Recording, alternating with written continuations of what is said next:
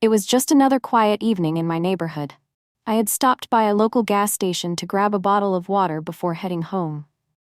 As I walked in, I noticed a black man standing near the coffee machine, casually stirring his drink.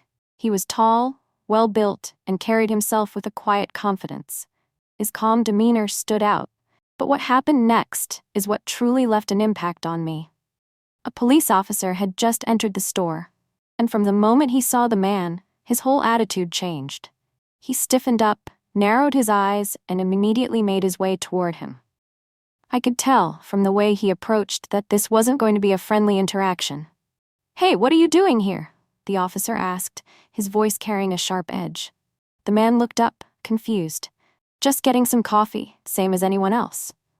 The officer stepped closer, puffing out his chest. "Let me see some ID." I could feel the tension in the room. The cashier froze mid-scan, and another customer quickly grabbed his items and left. It was clear what was happening, and I could see the frustration flicker across the man's face. But instead of reacting angrily, he sighed and reached for his wallet. "What's the problem, officer?" he asked calmly, as he handed over his ID. The cop snatched it and looked it over, his expression unreadable. But then, something changed.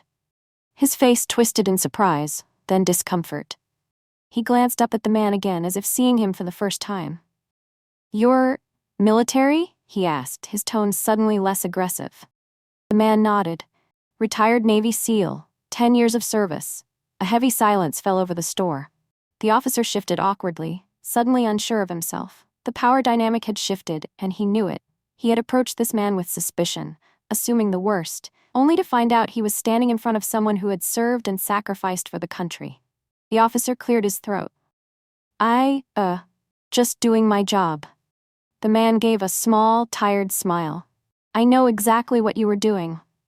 There was no yelling, no threats, no big confrontation. Just those words, filled with the weight of experience and understanding. The officer knew he had been caught in his own bias, caught in his own assumptions. And in that moment, he looked away, muttered something under his breath, and handed back the ID before walking out of the store. The room seemed to exhale. The cashier let out a quiet breath, and I saw a knowing look pass between him and the former SEAL. The man took his coffee, nodded politely to those of us still watching, and walked out into the night like nothing had happened. But something had happened. I left the gas station that night thinking about the lesson the officer had just learned. Some people might say it wasn't a big deal, but to me, it was. It showed how quickly people judge, how deep bias runs, and how sometimes all it takes to open someone's eyes is a quiet moment of truth. I thought about that moment for days. I wondered if the officer reflected on it, if he thought about how close he had come to making a mistake that could have escalated into something worse. I wondered if he told his fellow officers about it, if it made him pause the next time he saw a black man in a similar situation. Change doesn't always happen in big, dramatic moments. Sometimes it's the small shifts, the subtle realizations that chip away at long-held beliefs. And as for the Navy SEAL, I couldn't help but admire his patience. He had every right to be angry, to lash out, but he chose another path.